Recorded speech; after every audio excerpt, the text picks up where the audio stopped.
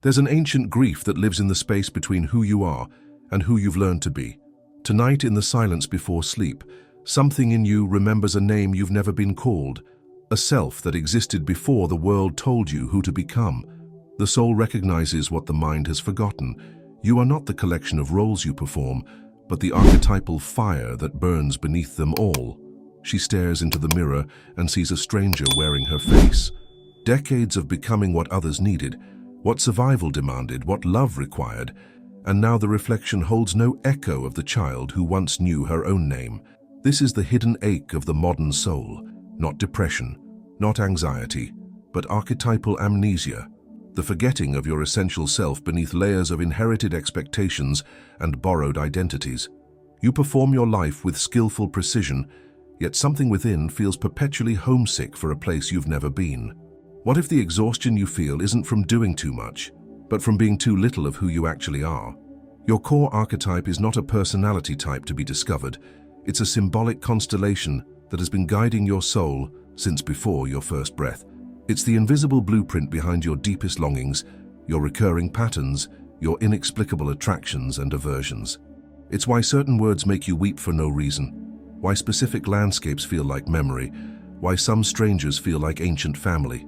This is not about finding yourself, it's about remembering yourself, not becoming who you're meant to be, but excavating who you've always been beneath the sediment of forgetting. Jung tells of a woman who came to him in despair. "I don't know who I am," she whispered. "I've been a perfect daughter, devoted wife, caring mother, but I feel like I'm dissolving." In her dreams, she wandered through an empty house until one night, she dreamed of a wild woman dancing alone in a forest, hair unbound, eyes blazing with ancient knowing. The dreamer watched from behind trees, terrified and enchanted. "That's not me," she told Jung. "I could never be like that." "No," he replied, "that is you. Everything else has been the performance." The wild woman was her core archetype, the untamed feminine buried under decades of conditioning. Her depression wasn't mental illness, it was archetypal starvation. There's an old Sufi story about a man who lived as a beggar, having forgotten he was a king. Every day he wandered the streets of his own kingdom, asking for scraps, never recognizing the palace that was rightfully his. One day a mystic whispered his true name, the one given at birth before he was lost. In that instant, the amnesia lifted. He remembered the crown, the throne, the royal essence that no amount of forgetting could truly erase. This is the human condition, royal beings living as beggars, archetypal kings and queens wandering through life, unaware of their own inheritance.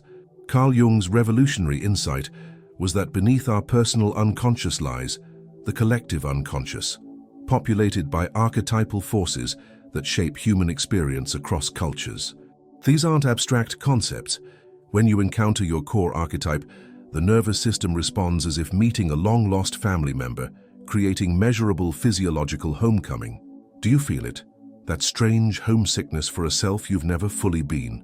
The exhaustion that comes not from working too hard, but from working against your own grain.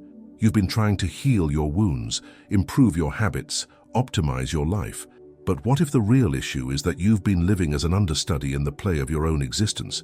If this resonates with something deep inside you, something that has no words but feels like truth, let me know in the comments. And if you're ready to go deeper into this archetypal territory with me, subscribe to this channel, because what we're exploring here isn't surface healing, but soul remembering. But what exactly is this core archetype that calls to you from the depths? Is it just another personality framework, another way to categorize the human experience? No, it's something far more ancient and alive than that.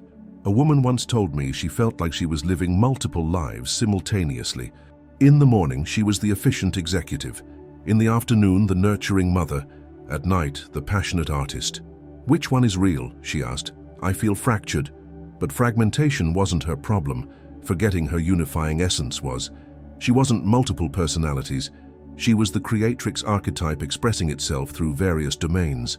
The executive was her strategic wisdom, the mother her nurturing power, the artist her generative force. Your core archetype isn't what you do. It's the how and why behind everything you do. It's the invisible signature you leave on every relationship, every choice, every creative act. Joseph Campbell discovered that across all cultures and centuries, the same archetypal patterns emerge. The hero, the sage, the lover, the creator, the caregiver, the rebel. These aren't personality types. They're primordial energies, cosmic patterns that organize consciousness itself. James Hillman's archetypal psychology reveals that these patterns exist independently of human will.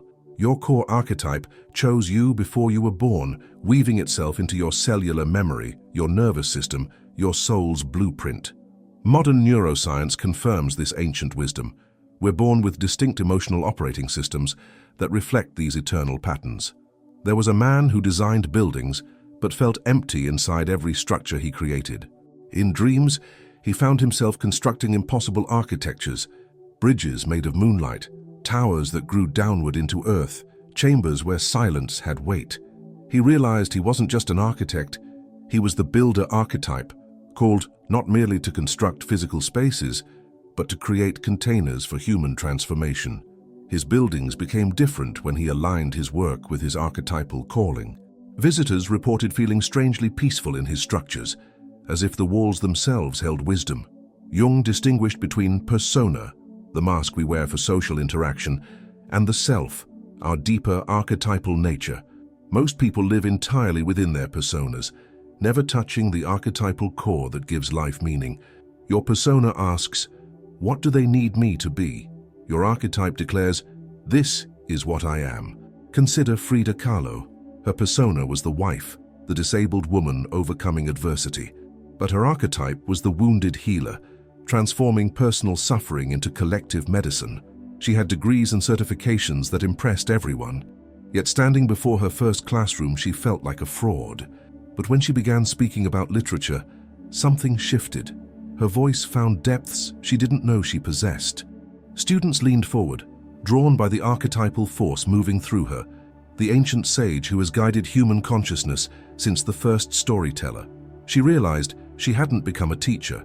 She had always been the teacher archetype seeking expression. Her doubt vanished when she stopped trying to be qualified and started being who she already was. When you operate from your core archetype, your body knows. Stress hormones decrease, while feel-good chemicals increase, creating what researchers call authentic state coherence.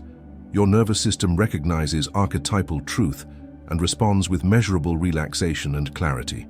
Conversely, when you live against your archetypal grain, your body rebels with chronic stress, fragmented sleep, and weakened immunity. Your system literally fights the betrayal of your essential nature.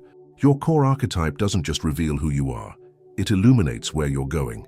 It's the internal compass that, when trusted, guides you toward experiences that feed your soul rather than drain it. The sage archetype seeks opportunities to learn and teach. The lover seeks connection and beauty. The rebel seeks systems to transform. The creator seeks raw materials to shape into meaning. Each archetype has its own gravitational pull, its own magnetic north. This is why some opportunities, no matter how promising they appear logically, leave you feeling empty. They're not aligned with your archetypal calling, and why other paths, seemingly impractical or risky, feel irresistibly compelling. Your archetype recognizes its home territory. Can you feel it? The difference between activities that energize you and those that drain you, regardless of external success? The strange magnetism towards certain stories, symbols, or strangers that seems to bypass rational thought. The persistent sense that you're meant for something specific, even if you can't name what it is. These aren't coincidences or fantasies. They're your core archetype, sending signals through the noise of daily life, trying to guide you home to yourself. But here's the truth that pierces through all spiritual bypassing. Between the archetype you were born to embody and the person you've become lies a landscape of forgotten wounds. Not just personal traumas, but archetypal injuries. Moments when your essential self was deemed unacceptable, dangerous, or too much for the world to hold. Every child is born as pure archetypal expression. Watch a 2-year-old and you'll see unfiltered essence moving through a small body. Then the world intervenes. Stop asking so many questions. Big boys don't cry. Don't be so dramatic. Each correction doesn't just modify behavior, it fractures the archetypal core. When a child's archetypal expression is rejected, they don't think, my behavior was inappropriate. They conclude, Who I am is wrong. She stood on stages as an adult, technically perfect, but emotionally hollow. Every note was precise, every performance polished, yet audiences remained unmoved. In therapy, she traced her way back to age 7. She had been singing freely in the garden, voice soaring with joy, when her mother rushed outside. "The neighbors will think we're uncivilized. Nice girls don't make so much noise." The song died in her throat that day, and with it something essential. Her core archetype was the muse, the one who channels divine inspiration through sound and story. But trauma had taught her that authentic expression was dangerous, shameful. She learned to sing beautifully, but never again did she let the archetypal force move through her uncensored. Recovery meant not just healing the wound, but reclaiming the wild singer who had been silenced. The day she stood on stage and let her voice crack with real emotion, the audience wept.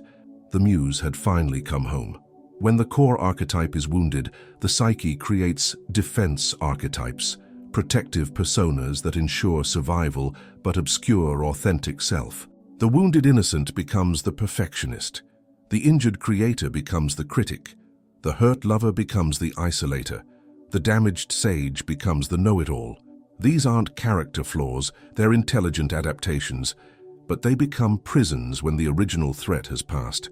Your archetypal wounds aren't just personal, they're inherited. The grandmother who buried her creator archetype to survive as a dutiful wife passes down the message. Creativity is selfish. The grandfather who suppressed his lover archetype during wartime leaves the legacy. Tenderness is weakness. You carry in your cells the archetypal fears of your lineage, which expressions were safe, which were forbidden, which led to love or rejection. She became a doctor because healing called to her like a sacred vocation, yet in practice she felt mechanical, treating symptoms rather than souls. In family therapy, the pattern emerged. Her great-grandmother had been a curandera, whose gifts were forbidden when the family immigrated. When she began incorporating intuition and energetic awareness into her practice, her patients responded differently. They healed faster, deeper, more completely. The ancient archetype, dormant for 3 generations, had finally found safe expression. When trauma occurs during archetypal emergence, it creates complexes, autonomous patterns that operate outside conscious control. The archetype becomes fused with the wound, creating confused expressions of essential self. The sage, wounded by humiliation, becomes obsessed with being right. The ruler, injured by powerlessness, becomes tyrannical. The innocent, damaged by betrayal, becomes naive or suspicious. These aren't personality disorders, they're archetypal fragments seeking wholeness. When archetypal expression is consistently rejected, the nervous system adapts. Dr. Stephen Porges' polyvagal theory explains how repeated stress shifts us from social engagement, where archetypes naturally express, to fight-flight, where defense patterns dominate, to freeze, where nothing authentic can emerge. Chronic archetypal suppression creates what researchers call identity foreclosure, the premature closure of identity exploration. The developing self concludes that certain aspects of being are too dangerous to explore, creating what psychologist James Marshall termed pseudo-identity, a false self constructed around safety rather than truth. Family systems theorist Murray Bowen discovered that families unconsciously assign archetypal roles: the responsible one, the rebel, the fragile one, the smart one. These assignments rarely match the child's natural archetype, creating lifelong internal conflict. The born leader forced into the follower role, the natural innocent cast as the family therapist, the inherent sage made to be the entertainer, the true creator assigned as the caretaker. Each misassignment fractures the archetypal core, teaching children that love is conditional on betraying their essential nature. She had always known she was meant to heal, but fear kept her working mechanically, following protocols that felt spiritually empty. Her embodiment practice began with simple rituals: lighting a candle each morning, placing hands on heart, breathing, "I am a vessel for healing energy." Gradually, her presence began to change. Patients started feeling different in her care, not just physically better, but somehow seen and held. The transformation wasn't dramatic, it was the accumulation of moments when she chose to embody rather than hide her archetypal calling. Perhaps the deepest wound of modern life is what could be called archetypal orphanhood, the systematic disconnection from initiatory processes, that once helped young people discover and embody their essential nature. Traditional cultures had rites of passage, vision quests, apprenticeships, structured ways for archetypes to emerge safely. Modern society offers career counseling and personality tests, pale substitutes for the deep recognition of soul calling. Without proper initiation, most people spend their entire lives performing roles rather than embodying essence, achieving rather than becoming, accumulating rather than expressing. Do you recognize yourself in these patterns? The ways you learn to dim your natural radiance to fit into systems that had no room for your full expression, the family roles that required you to betray your authentic impulses, the cultural messages that taught certain parts of you were unacceptable. This recognition isn't meant to create blame or resentment. It's meant to create compassion. Your defense patterns weren't failures of character. They were intelligent responses to impossible circumstances. The child who learned to hide did so to survive. But survival strategies that once protected you may now be preventing the very thing your soul most longs for, the full expression of who you came here to be. Now that you understand how archetypal essence can be wounded and fragmented, the question becomes, how do you recognize your true archetype beneath all the defensive layers? The answer isn't found in questionnaires or category systems. It's discovered through what Jung called active observation of the symbols your soul naturally gravitates toward. Most personality assessments approach the psyche like a machine to be categorized. Answer these questions, receive your type, follow the prescribed path. But archetypes aren't static categories. They're living forces that speak through symbol, sensation, and synchronicity. Your archetype reveals itself not in what you think about yourself, but in what moves you beyond thinking. It's found in the stories that make you weep for reasons you can't explain, the landscapes that feel like homecoming, the strangers who remind you of someone you've never met but somehow know. Your nervous system recognizes archetypal resonance through felt sense, the body's immediate knowing that bypasses mental analysis. When you encounter your true archetype, the body responds with embodied recognition. Shoulders drop, breathing deepens, facial muscles soften. It's the physical signature of coming home to yourself. She was a successful marketing executive who felt empty despite her achievements. During a vacation in Greece, she wandered into ancient temple ruins. Standing among broken columns, something shifted, her chest filled with inexplicable recognition. Images flooded her awareness. Women in white robes tending sacred fires, hands preparing healing oils, voices chanting prayers. She began to cry without understanding why. That moment revealed her core archetype, the priestess, the bridge between worlds. Her marketing success made sense. She intuitively understood how to connect people with what they truly needed.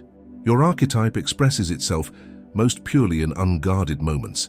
How you comfort a crying child, the way you arrange objects in your space, your instinctive response to crisis or beauty. The caregiver archetype automatically creates safety for others, even in chaotic environments. The creator archetype unconsciously beautifies every space they enter. The sage archetype naturally asks the questions others haven't thought to ask. The rebel archetype instinctively challenges systems that limit human potential. The ruler archetype effortlessly organizes chaos into functional order. These aren't learned behaviors, they're archetypal impulses expressing through unconscious action. Dreams often reveal archetypal identity through recurring symbols. Your core archetype appears not as a character, but as the organizing principle behind dream imagery.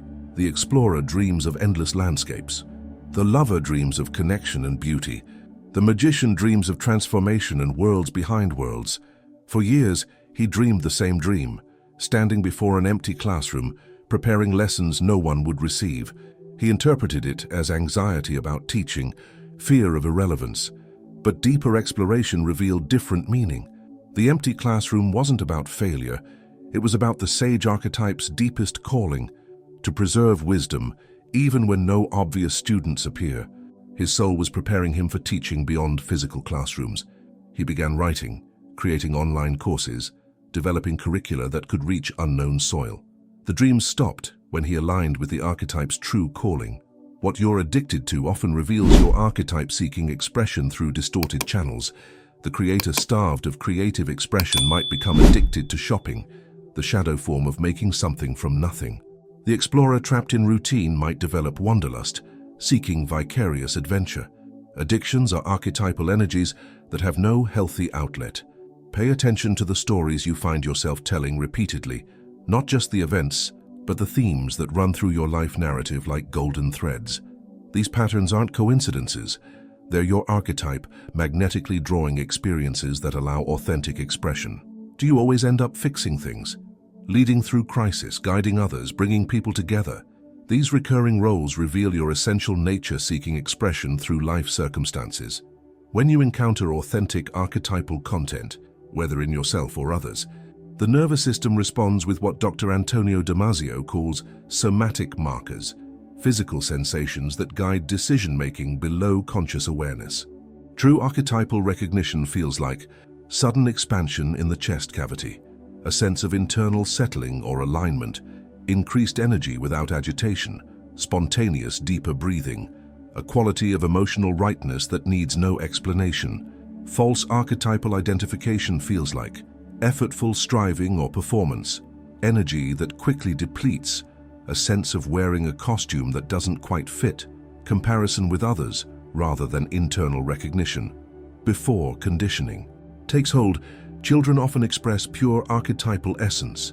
Look at photographs of yourself as a young child, not what you were wearing or where you were, but what you see in your eyes, your posture, your expression. The 4-year-old builder arranging blocks with architectural precision, the 6-year-old healer bandaging dolls and injured insects, the 5-year-old performer naturally drawing all attention to themselves, the 7-year-old explorer always leading expeditions to unknown corners of the yard. That child knew something about your essential nature that you may have forgotten but can remember. Can you feel the difference now between thinking about who you might be and recognizing who you actually are? The way archetypal truth lands in the body with a quality of obviousness that makes you wonder how you ever doubted it. Your archetype has been calling to you your entire life through dreams, attractions, repeated patterns, spontaneous responses, and bodily knowing. The question isn't whether you have an archetype. It's whether you're ready to stop performing who you think you should be and start embodying who you've always been. Recognition without embodiment is like finding the key to your true home, but never walking through the door. Your archetype isn't meant to be understood.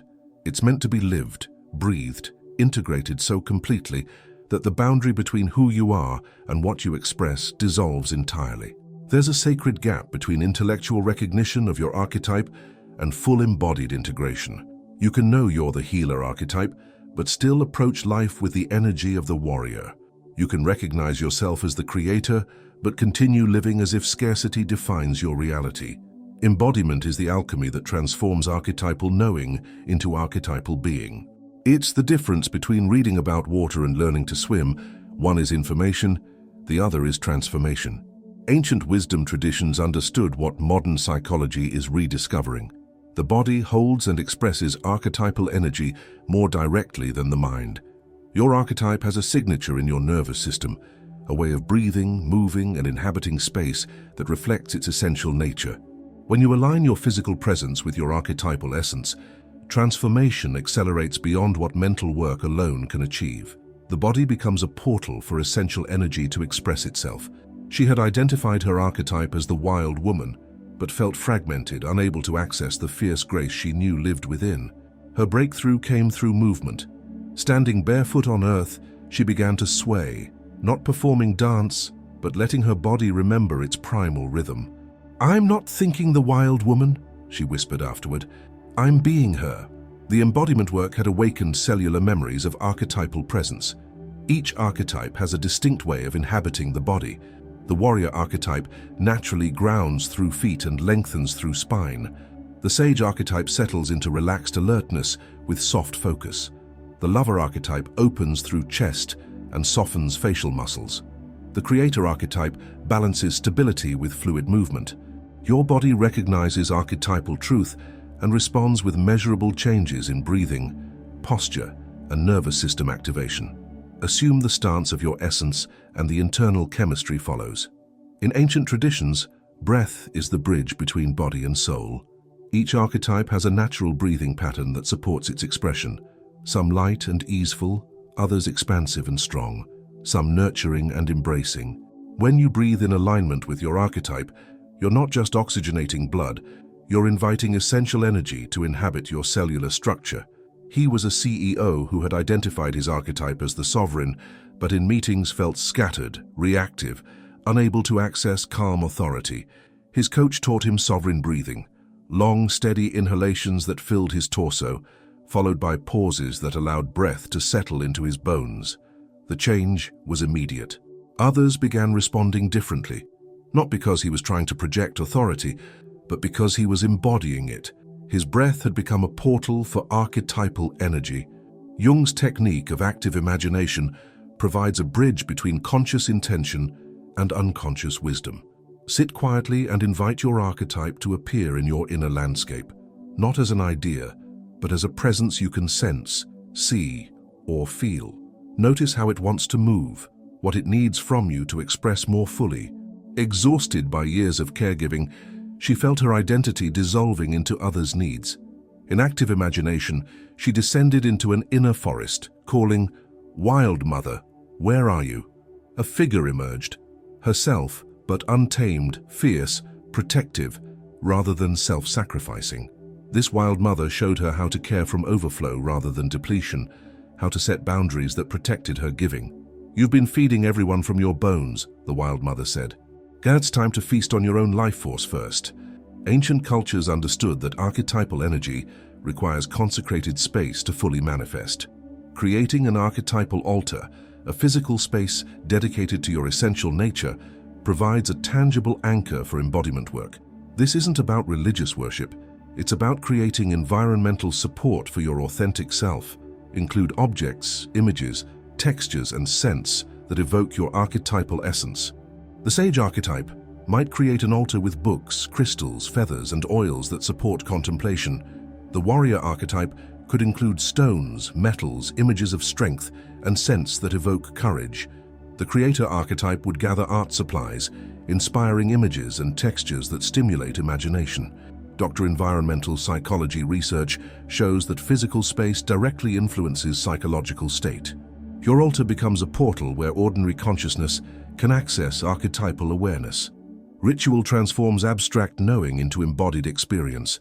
Unlike habits, which operate unconsciously, rituals are conscious acts that bridge inner and outer worlds. Create simple daily rituals that honor your archetypal nature. Morning archetypal invocation. Upon waking, spend 3 minutes breathing as your archetype, moving as your archetype, setting intentions from your essential nature. Evening archetypal integration. Before sleep, review the day from your archetypal perspective. How did your essence want to express? What did it learn? What does it need tomorrow? Weekly archetypal dialogue. Set aside time to commune with your archetype through writing, movement, or meditation, asking, "How can I serve you more fully?" She had always known she was meant to heal, but fear kept her working in conventional medicine, following protocols that felt mechanically correct but spiritually empty. Her embodiment practice began with simple rituals. Each morning she would light a candle and place her hands on her heart, breathing, "I am a vessel for healing energy." Throughout the day, she would pause between patients to remember this intention. Gradually, her presence began to change. Patients started commenting on feeling different in her care, not just physically better, but somehow seen and held. Other doctors began referring difficult cases to her, sensing something special in her approach, though they couldn't name what. The transformation wasn't dramatic. It was the accumulation of moments when she chose to embody rather than hide her archetypal calling. Complete archetypal embodiment requires integrating both the gifts and challenges of your essential nature. Every archetype carries shadow aspects that must be acknowledged and integrated rather than bypassed. The lover archetype must embrace both intimacy and healthy boundaries. The warrior archetype must integrate both strength and vulnerability. The sage archetype must balance knowing and not knowing. The innocent archetype must hold both trust and discernment. Shadow integration prevents archetypal expression from becoming caricature or spiritual bypassing. Archetypal embodiment isn't a destination. It's a lifelong devotion, a daily choice to align with your essential nature rather than defaulting to survival patterns or social conditioning. Some days you'll embody your archetype with grace and power, Other days you'll forget entirely, reverting to old patterns of being. This isn't failure. It's the natural rhythm of integration. The practice is returning again and again to the question, how does my essential self want to move through this moment? Can you sense the difference between living from your archetypal center and operating from learned patterns? The way embodied authenticity feels like coming home to yourself, while performance feels like exile from your own life. Your body knows. Your nervous system recognizes the signature of authentic expression. The invitation now is to trust this knowing more than the voices that tell you to be someone else. There's a moment in every deep archetypal awakening when the question shifts from, who am I, to why am I here? When you've remembered your essential nature and learned to embody it, your archetype begins to reveal its deeper purpose, not just what it is, but what it came to serve in this lifetime. Your core archetype isn't just a description of your personality, it's your soul's GPS system, designed to guide you toward experiences, relationships, and contributions that fulfill your deepest purpose. When you align with archetypal truth, the path forward doesn't need to be figured out. It reveals itself through magnetic attraction. This isn't passive waiting, it's active alignment. When you embody your archetype fully, opportunities appear that match your essential frequency. The right people emerge, resources manifest, doors open that you never knew existed. For years, she had struggled to make her art commercially viable, creating what she thought the market wanted, while her true vision remained locked inside. After identifying and embodying her archetype as the mystic creator, the one who makes visible the invisible, everything changed. She stopped trying to paint what would sell and began painting what wanted to be born through her. Strange, luminous canvases that seemed to shimmer with otherworldly light. She expected them to gather dust.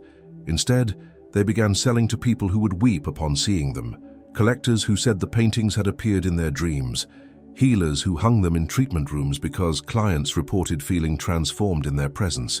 Her archetype hadn't just given her a new style, it had connected her to her true audience, people who were hungry for the exact medicine her essential nature was designed to offer. When you live from your archetypal center, you become a magnet for experiences that support your soul's evolution. People sense authentic expression, even when they can't name what they're sensing. The embodied archetype naturally draws those who need what it offers, while repelling those who would dilute its expression. He had climbed the corporate ladder successfully, but felt increasingly hollow despite external achievements. His archetypal work revealed him as the diplomat, the aspect of the sage that specializes in finding wisdom in seeming opposites. Initially, he tried to leave business entirely, assuming his calling lay elsewhere. But as he embodied his archetype more fully, he realized his purpose was to transform business from within, to show that profit and soul service could dance together rather than war against each other. He began leading differently, making decisions that honored both financial viability and human dignity. His teams became more productive and more fulfilled. Other executives began seeking his counsel, sensing something different in his approach. His archetype hadn't called him away from business. It had called him to business as a place of healing, showing that there's no separation between spiritual life and practical life when you operate from essential nature. When you live authentically from your archetypal core, the impact extends far beyond your personal life. Your embodied presence gives others permission to access their own authentic nature. You become a living example that it's possible to be fully yourself in a world that often demands conformity. This isn't about being a teacher or healer in the conventional sense. It's about being so genuinely yourself that your very existence becomes an invitation for others to remember who they are. Perhaps the greatest challenge in archetypal living is the willingness to disappoint people who have grown comfortable with your smaller self. When you begin expressing your essential nature, those who benefited from your diminishment may resist your expansion. Family members who preferred you accommodating may struggle with your newfound boundaries. Colleagues who relied on your overgiving may object to your self-care. Friends who bonded with you over shared complaints may feel abandoned by your growing contentment. This isn't cruelty, it's necessity. Your archetype cannot fully emerge while you're still managing others' comfort with your smallness. She had been the perfect mother, available, self-sacrificing, endlessly patient. But as she embodied her wild mother archetype, she began saying no to requests that depleted her, yes to activities that fed her soul. Her family initially protested. Her children complained about increased chores. Her husband resented her new hobbies. Her mother criticized her selfishness. But gradually, something beautiful emerged. Her children learned competence and self-reliance. Her husband rediscovered the woman he had fallen in love with. Her marriage became partnership rather than caretaking. Her own mother, witnessing this transformation, began reclaiming her own abandoned dreams. Her archetypal embodiment hadn't just healed her, it had healed the entire family system by showing them what authentic femininity could look like. Your fully embodied archetype becomes part of your legacy, not just what you accomplished, but who you were while accomplishing it. The quality of presence you brought to ordinary moments, the way you loved, created, served, and suffered with dignity. Children don't just inherit your genetics, they inherit your archetypal patterns, your relationship with authentic self-expression, your courage or fear around being fully human. When you embody your archetype completely, you give the next generation a template for what's possible. You show them that it's safe to be authentic, profitable to be genuine, powerful to be vulnerable. There's a particular quality of ease that emerges when you stop fighting your essential nature and begin flowing with it. Decisions become simpler because you have an internal compass. Relationships improve because you're no longer performing. Work becomes more effortless because you're aligned with natural gifts. This doesn't mean life becomes problem-free. It means problems become grist for the mill of your archetypal development rather than evidence that you're failing. She had always felt like a misfit, too sensitive for the corporate world, too practical for the spiritual community. Her archetypal work revealed her as the gentle rebel, the one who transforms systems through love rather than force. Instead of fighting against what she opposed, she began creating what she believed in, a business that treated employees like family, practices that honored both efficiency and humanity, leadership that served rather than dominated. Others began copying her methods. Industry standards slowly shifted. What started as one woman's attempt to honor her archetypal nature became a quiet revolution that touched thousands of lives. She never set out to change the world. She simply committed to being herself completely. The world changed in response. Living from your archetype requires what appears to be contradictory: complete surrender to your essential nature and complete responsibility for expressing it. You must accept what you are while actively embodying it. This paradox resolves in practice. When you stop fighting your essential nature, you discover tremendous power. When you embrace your archetypal gifts, you find unlimited energy for their expression. The river doesn't struggle to flow downhill. It simply follows its nature and carves canyons. Your archetypal journey isn't linear. It's cyclical, seasonal, ever deepening. You don't achieve your archetype once and maintain it forever. You return to it again and again, each time with greater capacity, deeper understanding, more courage to let it live through you. Life will continue to present situations that invite you to betray your essential nature for safety, acceptance, or temporary advantage. The practice is returning again and again to the question, what would my archetype do? Not as rigid rule, but as loving inquiry. Not as limiting box, but as liberating truth. When you remember who you are, truly remember, not just intellectually, but cellularly, energetically, soulfully, the way reveals itself. Not the way to success or happiness or even fulfillment, but the way to become so completely yourself that your life becomes a work of art, a prayer in motion, a gift to the world that only you could give. The archetype you came to embody is waiting. It has been waiting your entire life, patient as stone, faithful as water, ready to guide you home to the self you never stopped being, even when you forgot to remember. Your essential nature is not a destination to reach. It's a reality to return to, again and again, until the return becomes so natural that there's no longer any separation between who you are and who you're being. This is the invitation. This is the calling. This is the way. If this journey into archetypal wisdom has stirred something ancient in your soul, I'd love to hear what resonated most deeply for you in the comments below. Your archetypal nature is calling. Will you answer? Subscribe to this channel if you're ready to explore more territories of the soul, and stay tuned for the next video where we'll dive even deeper into this sacred work of becoming who you truly are. The you that you've been seeking has been seeking you, The archetype that calls your name has been speaking it since before you were born. Listen, remember, become.